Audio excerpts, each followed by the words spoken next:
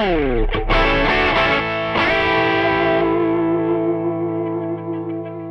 back to Andertons TV.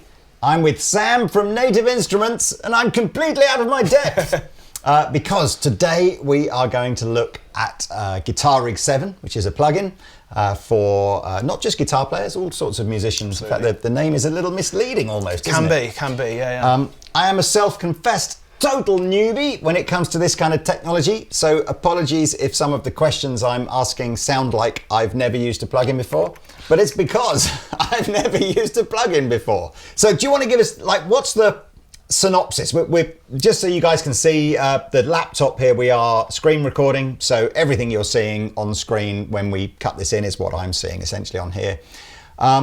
Give us the basic, like, what is Guitar Rig 7? What's its evolution? I assume it's the 7th iteration of Guitar Rig. Yeah.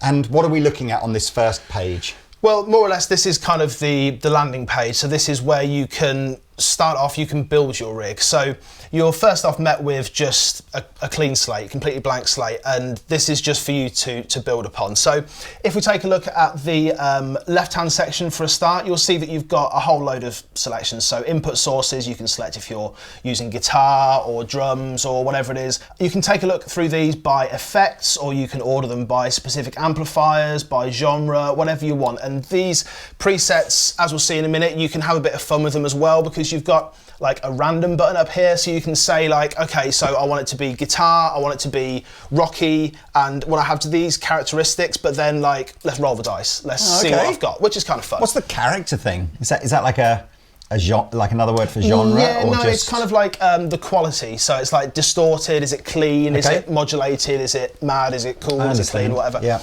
I know you guys want to hear some sounds, and obviously I'm excited to hear some sounds as well, but I, as a guitar player, have never, like, why would I choose a plugin? I mean, I understand if I want to record to a multi-track recording program, you know, like Logic or Luna or whatever of those. I've got to have an instrument, I've got to have some sort of device that allows me to put audio into my computer, I've got to have some software to record on, and then obviously the plugin element would replace a standalone sort of, you know, traditional multi-effects unit, or a, you know, miking up an amplifier, a real life amp. So what is the argument for a plugin over, you know, the other methods? Yeah, I guess it's kind of twofold, maybe threefold really. So first of all, it's how you can manipulate it after the fact. So you're just recording the clean DI in there, and if you're recording just an amp, then you've got the sound of the amp, but then maybe afterwards you get it in the full mix and you're thinking, oh man, I wish I had a bit more gain on that, I wish I had a bit more top end, whatever it is, you can then manipulate that after the fact. And we're working in plugin mode at the moment, but you do get a standalone version, so you don't have to be in Logic or Luna, any of those. You can be in just, you know, just in your computer. And that's kind of a creative sketchbook. So you can record into that, and then you can save that file within Guitar Rig and just a single track, like almost like a looper pedal type. Yeah, thing. Exactly. Yeah, and you can just send that to your bandmates. You know, I've got this riff, check it out, or whatever it is. So something like Guitar Rig, you know, I say I've never used a plugin before. I'm sort of vaguely familiar. I've had messing around on my iPhone with things like Positive Grid Bias and that kind of stuff. It seems like Positive Grid is less well featured than Guitar Rig in terms of, you know, it's very guitar focused, whereas this seems different. Is there anything else about Guitar Rig that perhaps separates it from some of the other plugins I've been familiar with? Well, yeah, as you said, the name is semi-misleading now. So it's Guitar Rig, and the original idea is that it's for guitars, but I personally use this for mixing drums, for vocals. You've got so much stuff in here. For example, if we just go to, so at the moment we're on presets, let's go to components, where you've got basically everything that is within the actual application. So hundreds and millions and thousands and whatever of selections here. But we can go in and we can just say amplifiers, or we can just say cabinets, or we can go into dynamics. And in dynamics, you've got some great studio compressors there. You've got some studio style EQs. So although it's Guitar Rig, you can use these studio style compressors, reverbs, EQs as if you're in guitar world, but then also in everything else world. So you can think of this, if you've got a vocal track, you can use the EQs, the compressors, the reverbs on a vocal as well. And that's why the name is kind of misleading. Yes, it's firmly in guitar world, but don't just think of that. It's got some wild settings on it that we'll see in a moment that you can do for anything. So if I'm using a multi-track piece of software, Yeah. am I able to apply different elements of guitar rig across multiple channels simultaneously? As many as your computer can handle. Fine. So from that perspective, then it's very different to just what you're using a separate standalone device, where it's very much about you're recording onto that one channel that you're. Okay. Yeah, 100%. Right. Would guitar players just elect to have something like guitar rig just to play at home with as an alternative to a guitar amp, or do you think it's sort of a bit overcomplicated? Well, I think it's twofold really. It's for people, as I said, like a sketchbook, so it's getting ideas down, but then it's a bona fide studio tool. You know, you've got all these great amplifier sounds in there that can be the finished product. They can be the actual sound that you've got. So it's for guitarists at home, it's for studio engineers, it's for, as a lot of guitarists are, they kind of straddle that line between studio guys and guitar guys now, because those lines have kind of blurred over the years, haven't they? So it's for those people, you know, those guitarists who also maybe have a foot in the camp of, I like twiddling with plugins and I kind of understand that music tech stuff. Well, let's get into it then. I mean, it's hyper affordable. Obviously, you can follow the links below to see what the latest offers are on the Andertons website, but standard pricing for Guitar Rig 7 is £179 if you've never owned Guitar Rig before. If you own an older version of Guitar Rig, it's £89 for the upgrade path. All right, let's get into this. So cool. I'm going to come at this very much from a guitar player, very much from how I might create a patch if I was using a multi-effects unit like a Quad Cortex, whatever. So normally the first thing I want is a good amp sound. Yeah, sure. So should we just find a good amp? Yeah, you can go about it in many ways. You can just go through the presets if you want to, or you can kind of curate this by going to guitar, and then maybe we want a specific kind of amplifier, so the Fire Seeker is something you're going to be kind of familiar with. Let's just double click on it.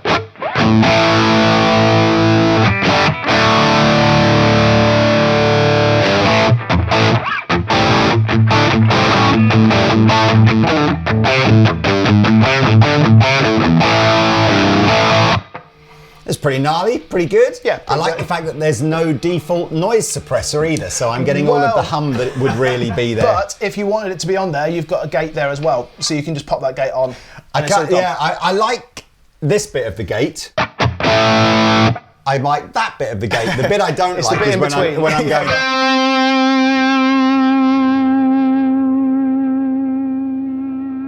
I'm going to give this one. There we go. Actually, that's not bad. It's not bad. It's past the test. Yeah, it's past. I hate those super unnatural But let's have a little look at these. Okay, so you've used some names that are reasonably indicative. So AC Box, I'm guessing, is obviously an AC30. How did you guess? And then you've got Lead 800s, JCMs, and all that kind of stuff. Twangs, I'm guessing, are Fendery ones. Tweed, Reverb. Obviously, we've not put any reverb or done anything yet. Let's just try a few. Let me try an AC Box then. Okay. Or AC Box XV. What's that, like a hot rodded version or something? Let's have a little listen. So let's go for a chimey rock preset. Oh, I see. So you choose the amp and then you've got presets of that. So exactly, yeah. All right. Yeah.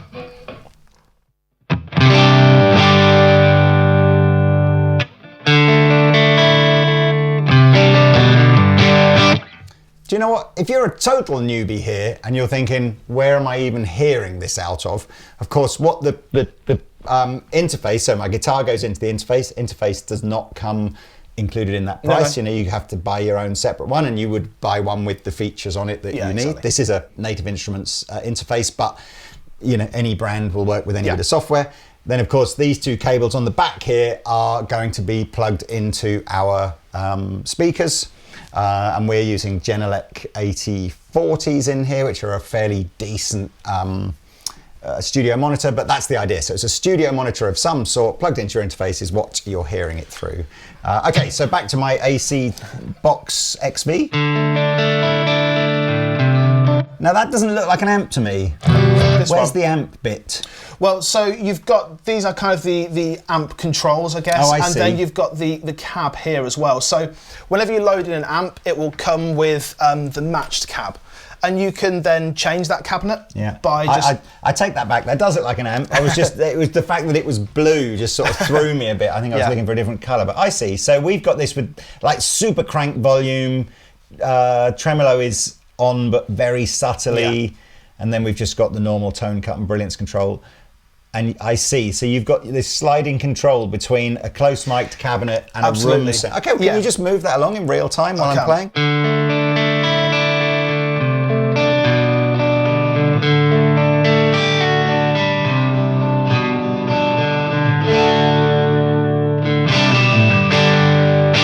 That's pretty cool. Yeah. Sometimes I think when you're just playing for fun, the room sound is actually a slightly more forgiving sound. I think if you wanted to record it, you'd probably go close mic. Yeah, I think it's more familiar. Definitely, it's more like you're in the room with the amp, and that's the idea. So this amp in particular, with a lot of the amps, it's got ICM. So this is intelligent circuit modelling. So this is kind of a new thing for Guitar Rig 7.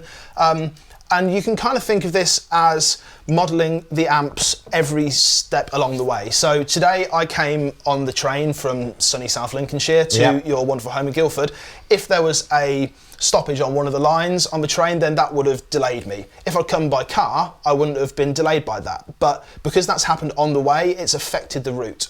So think of that in guitar amp terms. Wow, that was a deep analogy. You felt that, didn't you? Yeah. So think of that in guitar amp terms. Yeah. If there's like an EQ that you're applying, then that EQ may actually be affecting the gain. Yeah. But if you're not applying those kind of changes, if you're not thinking about those when you're modelling stuff, then you're just getting A and B. You're not getting the root. Well, that is, in a nutshell, the argument that rages on between profiles and modelling. 100%. So, profiles is, and I think there's some wonderful sounding profiles out there, but it's a capture of that amp at those settings. Exactly. And even though you can adjust gain and put different guitars in it, how it reacts is not modelling. Whereas modelling is about trying to, and there are some modelers better than others, trying to understand what actually does happen to this guitar amplifier if I change the treble controller, or I adjust the volume control, or I put a stomp box in front of it, or 100%. Whatever. So, now, because I guess you loaded this Chimey Rock preset, it's loaded in some other blocks here of, wah-wah, IVP stomp, this delay man thing. Yeah, so that's probably a good time to discuss this stuff over on the right. So the left is where you're, selecting your presets if you want to do that. The center section is where you've got your actual rig. And the right-hand side is kind of new, and it's signal flow. So on the bottom, we've got the info pane, which you'll see if I hover over anything, it's basically going to tell me what every single thing does, which is handy. Yeah. But if we just collapse that for a moment, we've got our signal flow here. So sometimes your rig is going to be bigger than your screen, so you can't necessarily see absolutely everything. So this just kind of takes you to wherever you need to be. And if you have an enormous long rig there, then you can just flip between stuff. So it's kind of handy to have that. Might be diving in a bit deep here, but how would you even operate a wah here, or is it just an auto wah? It's interesting that you said that, because you've actually got some stuff within this that you can set to operate things without using your hands. So for a start, if you had a MIDI control board or something, you could do that. Of course you could. but should we get nerdy? Should we go a bit crazy? To be honest, it's fine. So essentially, you're saying I can have a MIDI controller with an expression pedal on it would operate the wah, or there's some other way of doing it. Let me just blow your mind for a moment. So I'm going to go for an LFO. So this is a low frequency oscillator. So this is essentially just getting a sine wave, and that is just kind of constantly going round and round and round. And what I can do is I can take this LFO and I can pop this onto the wah. So then that's quite drag and droppy, isn't it? That's quite. I mean, I know you're an experienced professional, but yes, I can. So now, when you play, that wah is essentially moving when you're doing it, and you can change the rate of that, make it go faster. So you see that little blue jobby going. Does it need to be switched on or anything? Because it does. I don't sound very wah-y. Yeah, no. Sorry, we didn't have it on originally. If you remember, So we've just got to turn it on now. So that's just doing it for you. And I can adjust that LFO to be... You can adjust the rate of that. You can make it so slower, so it's faster. Even if you've got a track that you're playing in Logic, which is 135 BPM, Guitar Rig is going to sync to that BPM, and you can make it so that it's doing crotchets, quavers, minims, or sorry, quarter notes, eighth notes, half notes for the Americans. No hands. So I guess the only thing it can't do is just accent things. It's set to an LFO, is it? It's set to it, yeah. But still pretty cool, right? Yeah, but you've got different waves in there as well. You've got triangle waves, you've got a random wave as well, somewhere around there. So it'll just do random stuff. Can you apply that to anything? Yeah. Really? Yeah, so you can apply the LFO to any control within Guitar Rig, basically. So I've actually got some. I came prepared. You can tell tonight, Oz is the young one in the room, can't you? LFO was just a cover band that did ELO covers. Yeah. So if we just go to Sam Lo-Fi Effects 2, it's a catchy title, isn't it? So if you see here, I've got a couple of LFOs, and this one is going on to the D-tune on my Psych delay. This one is going to the feedback on a Psych delay. So I've got 2 instances of LFOs which are both just turning knobs basically and just doing stuff.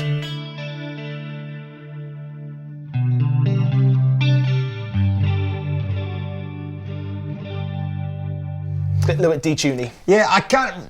There's always the danger with these kind of demos that you early in the demo you go a bit deep, and I think there'll be a lot of guitar players just going like, "I'm freaked out already." We're on the cusp of a rabbit hole there, aren't we? So let's just. I think for me, I just want to get some. I want to get an idea of how I can find a sound that's going to. So I suppose I do know amps fairly well, so I'm sort of inclined to go, "Oh yeah, I think I know what that'll." But I love this character thing, this idea that you don't know amps at all, and you just go, but I kind of got a vibe to the sound I want. You just kind of have adjectives in your brain. Let's go down that route. Let's get rid of all that to start off with then. I've actually got some stuff colour-coded here. Oh, okay. So these are all the ones that I've colour-coded to this colour. If I take that off, then we're going to get loads more as well. So the thing that you need to understand about the presets is that the curation that you get is relative to any selections that you've made. So there I had this colour. Right. So if I think, right, I'm going to make, because I've been using this for a while, all the ones that are pink, everything that sounds like Slayer to me is going to be pink. And then I can... Obviously, the most Slayer-esque colour. Yeah. And then I can click random and it will go through all my Slayer presets. And then I can say, I don't know, Van Halen sounds turquoise to me, and I can click random and it will go through all those. So what you saw there was all the pink stuff. I see. So we've got the characters. What kind of character are you thinking? I don't know. I mean, let's just do like 10 seconds on each one. I'm just looking for inspiration. So, sure. All right, complex. That sounds like me. And let's just hit random.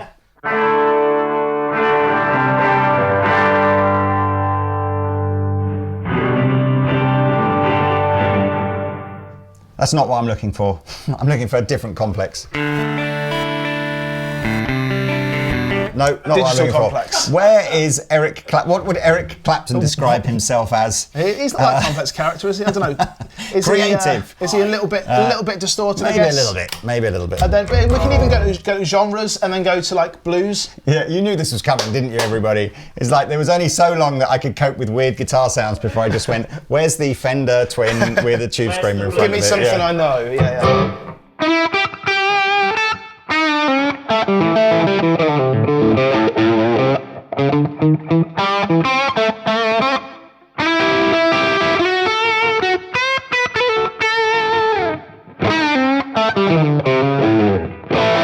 And then because we've made these selections, we've said, right, character is distorted, genre is blues. Let's just roll the dice again and just go to something else.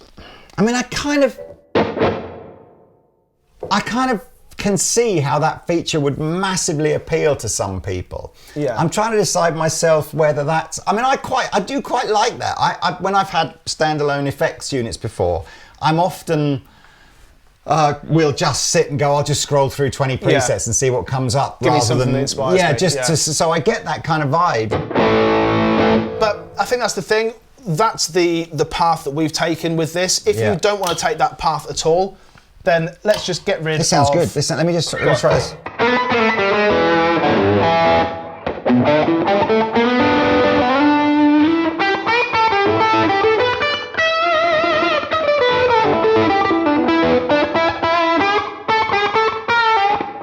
It's pretty.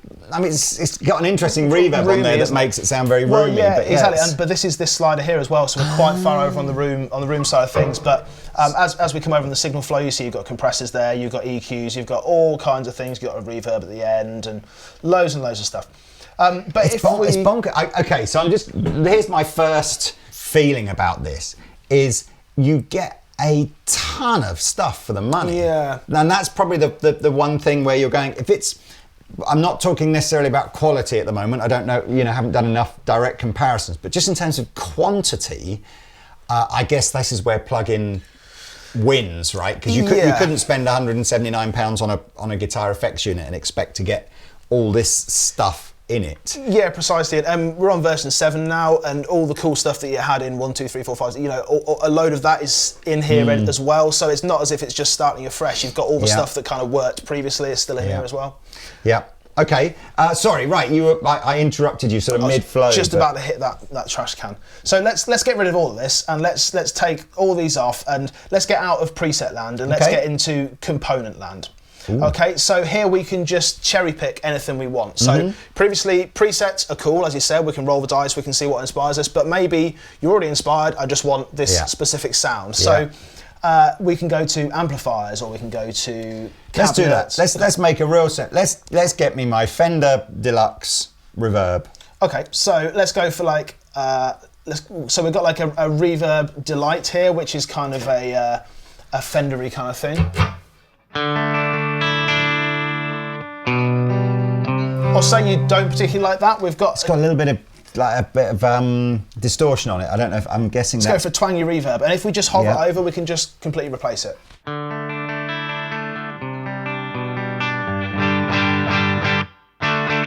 Do you know what, interestingly, so this is going to be sort of objective again, but perhaps critical maybe now. Even though I know if I had a Fender Deluxe combo and I mic'd it and I recorded it and I listened it back through these small speakers, that's probably what it would sound like. Yeah. It doesn't have the same sensation of having an amplifier in a room, you know, that feels like it's got a decent sized cabinet and a 12-inch speaker, and just that, it just doesn't do that. And that's not necessarily a criticism of Guitar Rig 7 at all. That's almost like any time you're sat playing guitar, listening to something through a pair of studio monitors that are this big, you're very much getting a recorded sound rather than when you're sat in the room. And I think as guitar players, everyone will have, well, I say everybody, if you've never experienced that, if as a guitar player you've only ever had plugins, I think it's worth going to your local music store and just saying, do you mind if I just sit in a room and plug into a 65 Deluxe or something for 10 or whatever your favorite sort of sounding amplifier is, because although the sound through the little speakers, if you like, isn't necessarily what I'm criticizing here, it's the experience of playing with different is different. So I think, again, if you're used to that, going over to this, it's very apparent that it's not the same. Yeah. If that makes any sense. I think I know what you're saying, yeah. And I think it's a different experience, but there's good sides and bad sides to both. You know, if you're in Guitar Rig world, then you've got a million different things you can do there. So if your amp is a Fender and on this particular track I want a Marshall or a Soldano, then, well, you haven't got it, you got to go and shell out a load of money. Well, you just change your preset on here. So the convenience of this type of product is crazy. All right, well look, okay, so I need reverb. So we've got 1,000,001 different reverbs here. What was the, so I could I not just apply it from the amp? So.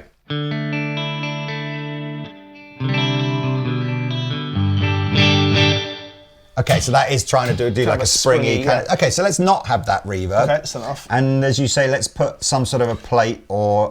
so we've got like a studio verb, like a vintagey verb, a spring reverb. Should we go for something... I like a nice... funny enough, I'm not a big fan of the clang in a spring reverb. I quite like the... Okay. Something like that is...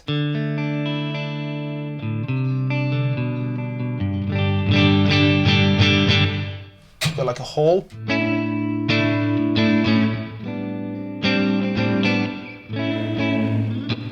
Oh, that got super modulated there. Didn't it? Could I have a bit more volume in here as well? Yeah, sure. Is it easier to do it from the interface, or does it not really matter? It doesn't really matter. That's just the... Because I don't necessarily want to change the sound of the guitar amp. I just want it a bit louder. What you can do here, and this is an interesting one. If you go up here, you've got preset volume. So these are an example of a global effect. So if you're swapping presets on the fly, you know, then you have the preset, the volume which is applied to this preset. So you can actually just hit the settings icon. So if you just play for a moment, we'll hit that, and it's intelligently going to kind of work out.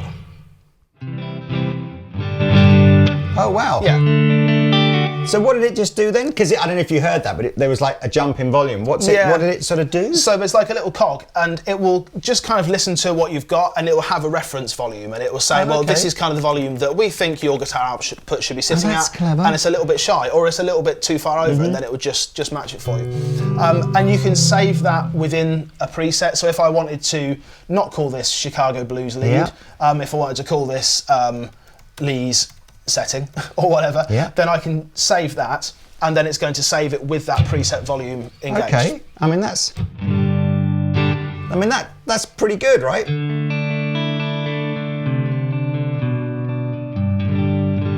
The other thing, and this is odd, when I very, very, very first started playing this, which was literally 5 minutes before we started recording this, I do think the sensation of playing feels different to, again, when you've got an amplifier, that there is a slight difference in the immediacy of the attack. It's not a tonal thing. I don't want to use the word latency, because I think latency implies that there is a gap between you hitting a note and the sound coming out. It's more of a sensation that it's not quite as connected. But interestingly, and the reason I'm bringing it up now is I'm now used to it and I'm not feeling it. So it's obviously like, it obviously is there, but it's so subtle that you just quickly get used to it. You do, yeah. And I suppose you can kind of liken it to a big real acoustic drum kit versus an electric drum kit. And after a while, because these electric drum kits sound so great now, you kind of, if you're not looking straight at it, you forget that it's an electric drum kit, and you've got 45 billion different sounds in there. So the convenience of having that, and it does kind of go away, doesn't it, after you've played it for a few moments. So, I mean, this is it.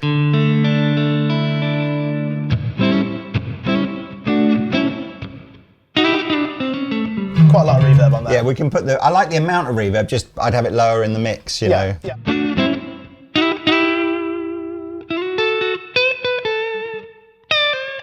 So we've got a mix control there, so we can bring down the level of just the reverb. Yeah, I mean, look, that's a good starting point to sort of build a tone on. Yeah. Could I just, whilst I play, could you just drag the microphone across a little bit whilst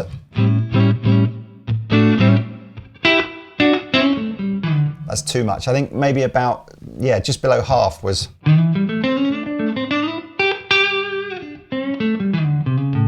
We'll go with that. I like that. It's nice. Again, that's not something I've seen done as simplistically as that. Yeah, and I don't want to go changing our settings, but over here where it says Reverb Delight, these arrows will change the cab. So you can have the cab that goes with maybe a Marshall-y type thing or whatever it is. So this chain on the right-hand side is a signal chain, right? So I presumably, if I want to add an overdrive pedal, I would drag it to be before the amplifier or wherever. This is the great thing. So you can do it either way. So let's go for. This is so cliche, isn't it? I don't know. Let's. I don't care. I mean, whatever. Just like a. Let's go for a screaming mix. So you can drag it before it, or over here you can then just pick it up and say, "Oh, I actually want it after it," or whatever. Yeah. So it's kind of handy to be able to have that. Yep.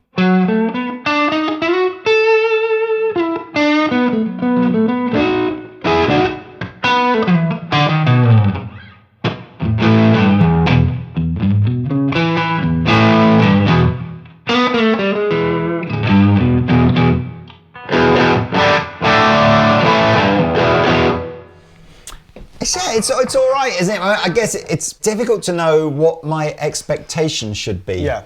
I think again with these, it is definitely a trade-off between something that's pretty good at everything versus one thing that's amazing at one thing. Absolutely. Yeah. But I think with that, the versatility that you get with something like Guitar Rig is worth its weight in gold, really, when you're looking at how many of these processors you can have on your mix, or you can have bass sounds, guitar sounds, you can stick it on a vocal, stick it on drums, whatever you want. So, I mean, I do know, in fairness, and this is where it is crazy, I'm not sure if I'm going to say his name because I'm not entirely sure that, whatever. I do know a guitar player who is very popular on YouTube, puts out lots and lots of YouTube content and records everything in his kitchen in the middle of the night using Guitar Rig. Nice. But doesn't say that, so leaves people to just assume that it might be something else, and it all sounds wicked. Amazing. Meaning kind of like, I think if you don't know, Yeah. You don't know, right? Well, You know? yeah, this is exactly it. As soon as you hear a guitar sound on a record and you think, well, that sounds great. What did you record that with? Oh, it's an amp sim. Oh, I don't like it as much anymore. Exactly. Do you know what I mean? And it's that there's kind a lot of that. Yeah. I agree, a lot of that. But speaking about particular people, over on like the presets, you've got specific artists as well. So you've got a load of artists in there who have created sounds specifically for this. Let me see if he's on here, and then I can say his name.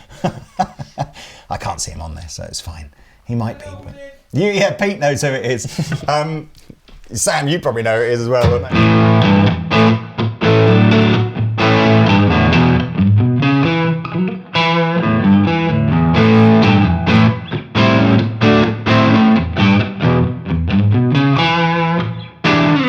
I don't mind it. You know what? I mean, I could have fun with this all day. I kind of feel like, because, you know, I'm obviously approaching this absolutely as a guitar tool rather than a studio tool. I think I just want to go through other amp sounds, unless there's, because it sort of feels like, I presume you can build up this chain as crazy big as you like. You know? But within this, if we wanted to just change over amplifiers, then we've got all our amplifiers here. We can just drop it on top of that one and it will just replace it. Hot solo is Soldano, right? Who doesn't love a Soldano? Kind of I always think as well with these, and we've said it before in videos.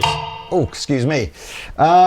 Sometimes I think I've heard other, you know, when I've spoken to other guitar players go, oh, I'm not a big fan of that amplifier. I'm not a big fan of the amplifier. And you go, oh, okay, fair enough. And then what they really mean is, I'm not a big fan of the guitar rig or positive grid or whatever plugin that I had. It's the only emulation they've heard of it. So I think sometimes you do have to sort of accept until you've tried the real thing.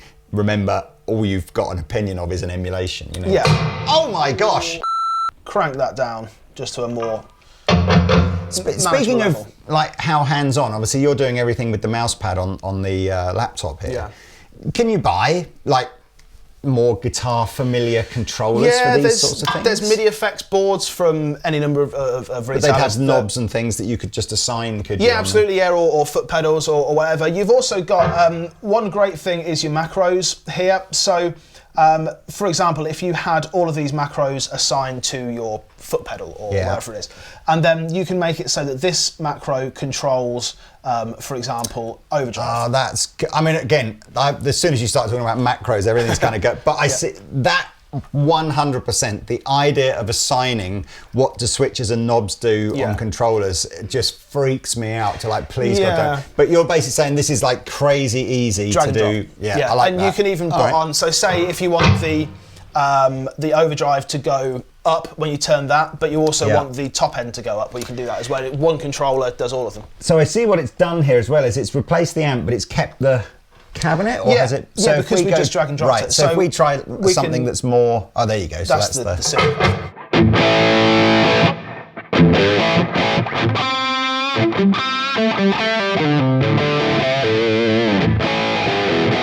I like that. I mean, it's got that.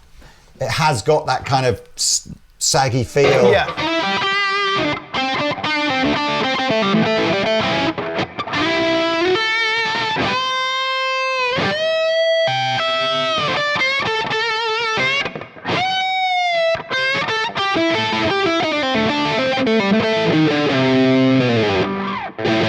It's interesting you say saggy feel. Like I come from playing in metal bands, and I refer to it as the squelch. And I know that if I plug it into an amp, and if I mute my strings and go like that, and it squelches, I'm like, there you go. That's gonna be all right. I think that you know, YouTube audio, everybody knows, is kind of compressed. Anyway, but even when you're that for me is all the nuances of playing guitar. I kind of feel it's sort of irrelevant to go, well, I can't hear a difference on YouTube, or you wouldn't hear a difference if you, once it's mixed into a track. It's like, you're so right. It's like, because there is no audible difference, but it's only the player. And it's all that kind of like, if I can hear it, and I'm the one that's trying to record the track, this is or I can feel it, then really it doesn't matter whether anyone else can hear it or feel it. It only 100%. Matters if I can. So I think it's important you get those nuances. It's for yourself. Like, are you buying the software for the person who's listening to it, or are you buying the software because that's the sound that you want and that you know? And it's a personal thing. And if you can feel that you can hear those differences, then this is.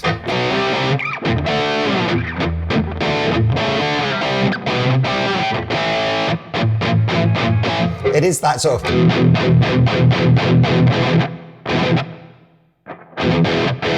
It does it. It's decent. Again, it's not the same as having the head here and the 4x12 at hitting, 110 dB or whatever. It's not the same, and that does change, but it's similar. And I guess that's ultimately what you're trying to do, right? Yeah, definitely. Yeah, and it's about the variation, and it's about saying that okay, the trade-off is that it's 1-2-3% different or whatever, but the trade-off is that you can have a million of them, and exactly. you can put them on every single track, and you can automate it so that in your verse you've got Hot Solo Plus, and then in your chorus you go to a reverb delay. Or it's all the advantages of software and automation. Yeah, I tell you what was a absolutely mind-blowing difference in here was when we changed our, I can't even remember the brand of them, but we had a pair of speakers that were about £300 a pair in here, still with a reasonable size driver on them. And then we changed them to the Genelix, which are a lot more money. I mean, I think these are over £1,000 a pair or whatever like that. But it was literally the same as when you have a guitar going, I've got a guitar cab with it. Now I've got a great guitar cab with it. And it's like, it's the same thing, and if you want your plugins to sound great, your speakers have to be decent, 100%. right? Yeah, I think people who know tone and know about swapping, they know that the speaker is so much more a part of the sound than just the way that it's getting out in the air. It's a massive part of it. I was talking to Rabir the other day. He's just bought himself another pair of Genelix for his studio, and he was saying of all the studio monitor brands that are out there, if you're a guitar player, Genelec do it really well. From the man himself. In his opinion, he's a big fan. But anyway, okay, can I have a tiny bit of delay on this? Maybe I'd put it through like the simulating effects loop, wherever that would go. Well, if we just go for like a tape echo, because this is kind of a cool one. So let's go beforehand, and then we can just bring the volume of the echo down. So this is kind of a... See, I wouldn't normally have an echo before a very driven amplifier, but... Well, that's the thing. In the signal flow, you can just say, okay, let's pop it afterwards. Right, you can just do whatever you want with it. The drag and drop nature of this is very cool, isn't it? I think that's it. And when you get into chains that are enormous and are really long, and you've got splits and all that kind of stuff, having this signal flow on the right-hand side is really handy. It's a bit, again, forgive me, everybody, for my newbiness here, because I can hear, in my back of my mind, people going, oh, well, you can do this with the editor that comes with such and such a multi-effects unit and blah, blah, blah. I'm sure you can. I'm sure there's lots of things that will feel similar, but... So just slightly longer and not all of those dotted kind of notes in it, just a straight... Anything... To be honest, I was just like, I'm just happy with my old Boss DD3 type, Standard delay. I do like a bit of modulation on it.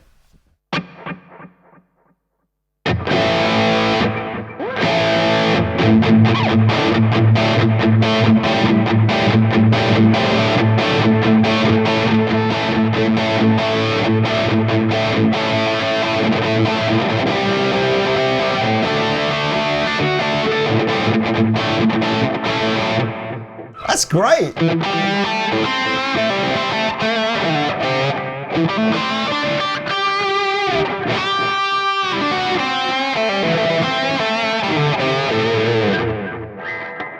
Telecaster, maybe, not quite the right guitar for this kind of thing. I have to also say as well, some of my most horrific experiences with listening to guitar has been headphones. I'm like, I can't bear headphone guitar sounds, and I don't know how guitar players do in-ear gigs and all that kind of stuff. It must be a real something you just got to get used to. But yeah, I'm actually quite enjoying this. Decent pair of speakers, not super quiet. We've got a little bit of volume, and it's sounding good. I think that's the thing, isn't it? Headphones have a certain place, and if ever I have to do anything on headphones, I feel like I'm learning everything again. I don't feel like it's my speakers in my room, and you do get a little familiarity with it, don't you? Even if it's not your speakers and it's not your room, it's still speakers in a room, and I think that's a really important part of the chain, how you're perceiving the sound. So yeah, headphones for me, I'm not a massive fan. Could we see this? We will do some more guitar amps just to sort of some comparisons. But could I see how this looks when you've dropped it into a track? Because you've got Logic running in the background, right? So what does it actually look like in the sense of, if I wanted to say, let's record a piece within Logic and then maybe we'll reamp it a little bit. Maybe we'll go, actually, do you know what? It's got too much gain on it. Let's turn the gain down. The classic distorted guitar crime of recording with too much gain. It looks exactly the same as this. So I've just got this on a channel, and I can just hit record, and then it's going to record. I've got a metronome.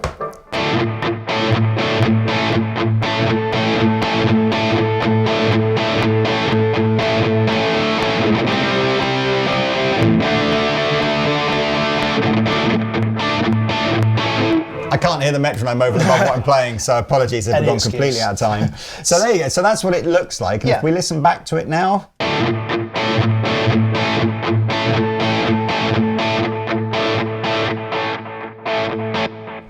That's easy and very clever. So you haven't got to reamp it on another track or anything like that. It's just an insert. So in this instance, I'm using Logic, but any DAW will do it, whichever one you want to use, and it just goes in as an insert, and then you can just change stuff on the fly, and you can get to a sound. All your effects, everything. You can just change anything you like. Yeah, of course.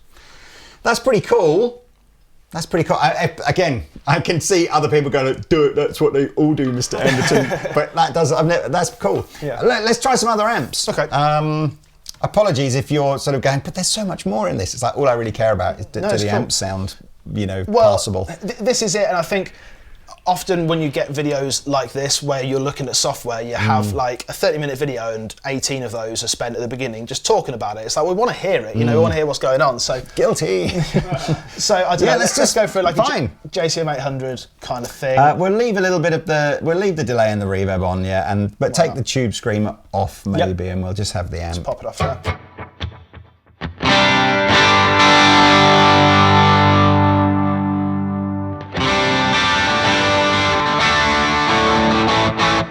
I love that you got the treble all the way down on a JCM 800. I mean, it's basically, that's it, isn't it? Yeah.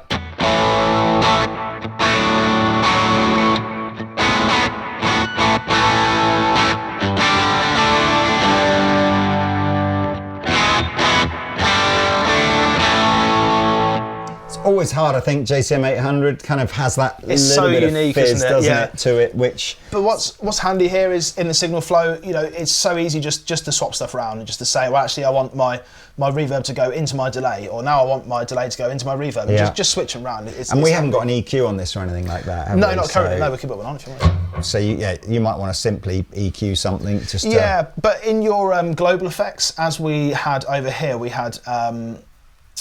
global effects just here. So at the top, these are the things that are kind of affecting everything. So that was where I have my macros, that's where my tuner is, that's where my metronome is.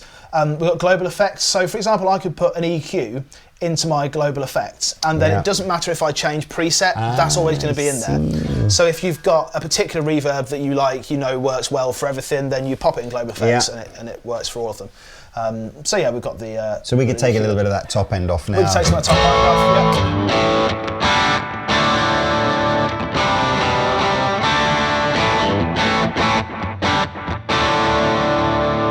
You know what it needs, don't you? It needs the tube screamer back on. Of course it does. That's what it actually needs. I was waiting for you to ask that. Yes.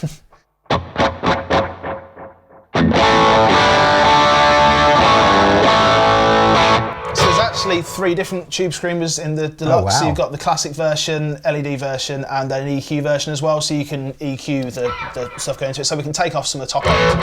So that.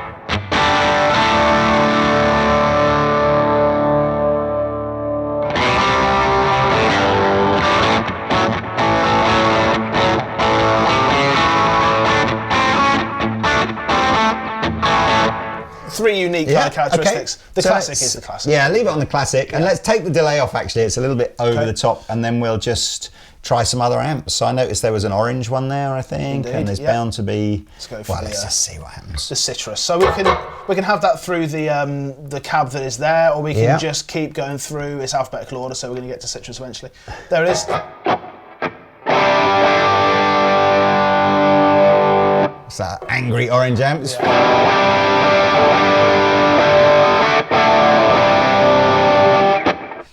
Okay, I mean, what's Chicago? Or did we try that one already? We haven't tried that one yet, no. That's more of a traditional, smaller format kind of.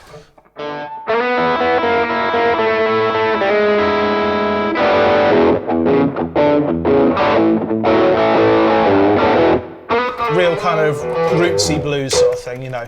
Sounds all right. Yeah. Funnily enough, again, often I'm always amazed how many artists record with small amplifiers. That whenever I've tried anything, it sounds awful, but they somehow record with a big sound. Yeah, definitely. What else we got? What is Hot Plex? Let's find out. Plex sounds like a great band name, doesn't it? Yeah, so Plex, you know, Plexi kind of. And we just change our cabs.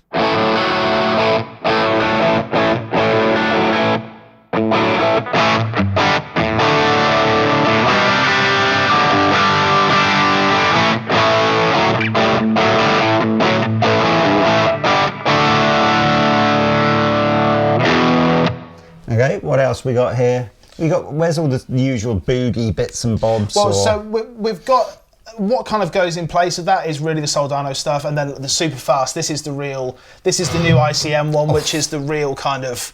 This feels like a different guitar player and a different. So it's what you were kind of explaining there with the boogie kind of thing.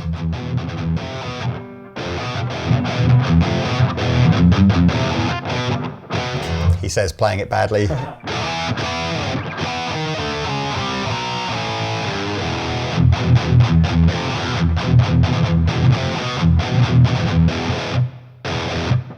And you've actually got an input on here as well, so if you feel that's not quite driving enough, you can obviously affect it on the interface, or you can bring it up in kind of software land and make it so it's hitting it a bit harder. A bit more squelch there. As we had with the output, you know, we pressed that cog and it automatically kind of did it. You've got that for the gate as well, where it will work out where the kind of gate should be. That's mad, isn't it? Yeah, exactly.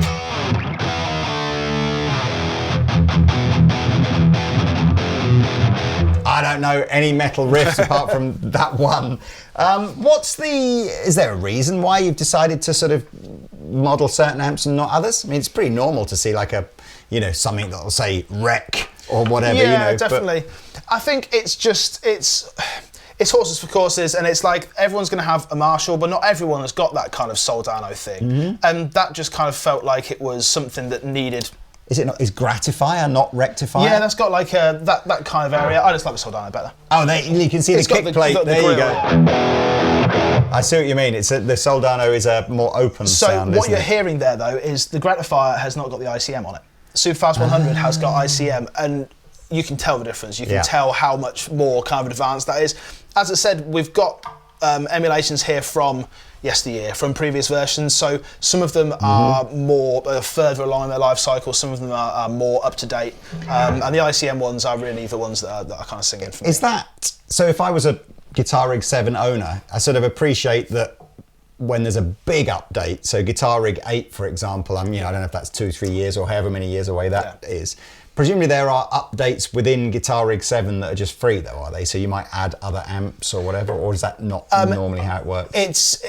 Sometimes it can happen, yeah. There are sometimes kind of updates. It's hard to say a blanket yes and no. I get that. I just think with a lot of digital product, it's normal to just sort of go, every few months, a couple extra amplifiers come out. Or I think never say never, quite possibly. Right, okay.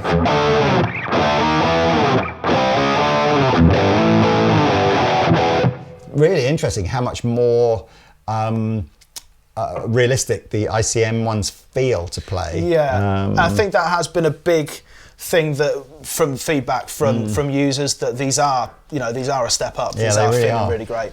Ramfire. I'm assuming that's a jazz preset. Right? Yeah, it must be. So this is going to be familiar to Guitar Rig users of previous versions. This is like the Rammstein. Is it? This isn't like your Line 6 insane mode. Insane mode. Yeah, that we all love. No. Well, that sounds alright. So it's grindy, but it's not stupid, is it? No, it's.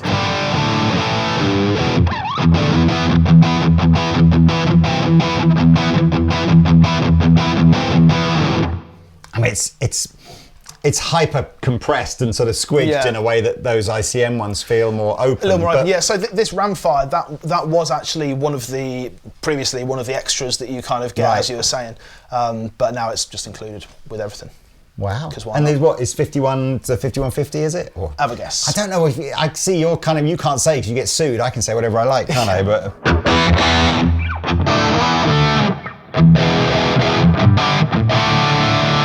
See, that's not an ICM one, but that still feels more...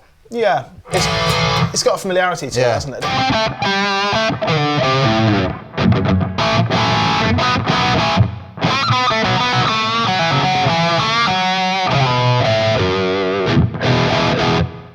mean, I think you could have a ton of fun. I sometimes feel, I know when I've had multi-effects units in the past, I probably for the first 48 hours, I'm terribly excited about the exploration side. Yeah. And then I just find my 3 sounds that I like, and 6 months later, I'm still using the same 3 sounds. Yeah, no, I get that completely. I think for musicians who are working, maybe if they're in the studio and they have to have a load of different sounds, you know, one day you're working on a country session, next day you're working on a metal, pop, whatever it is, this has kind of got something for everyone. So it is really about the choice and the variety and being able to just click your mouse and now I've got that sound in the way that you don't have if you've got a massive, Marshall JC100. But is there many more? If we got to the end, is Van 51 the That's end? about the end of the alphabet there, but we've got all these ones up here as well, the ACs. Let's just try with... Were there any other cleany ones then, other than the Fender?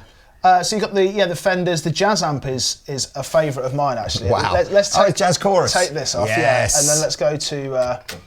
I got scared. I thought literally it was a Jazz Amp, but it's... You have to play jazz chords through it. Must have chorus on as well. Bring up a look. Yeah, so it's got a chorus in there as well. And it's got a vibrato on it.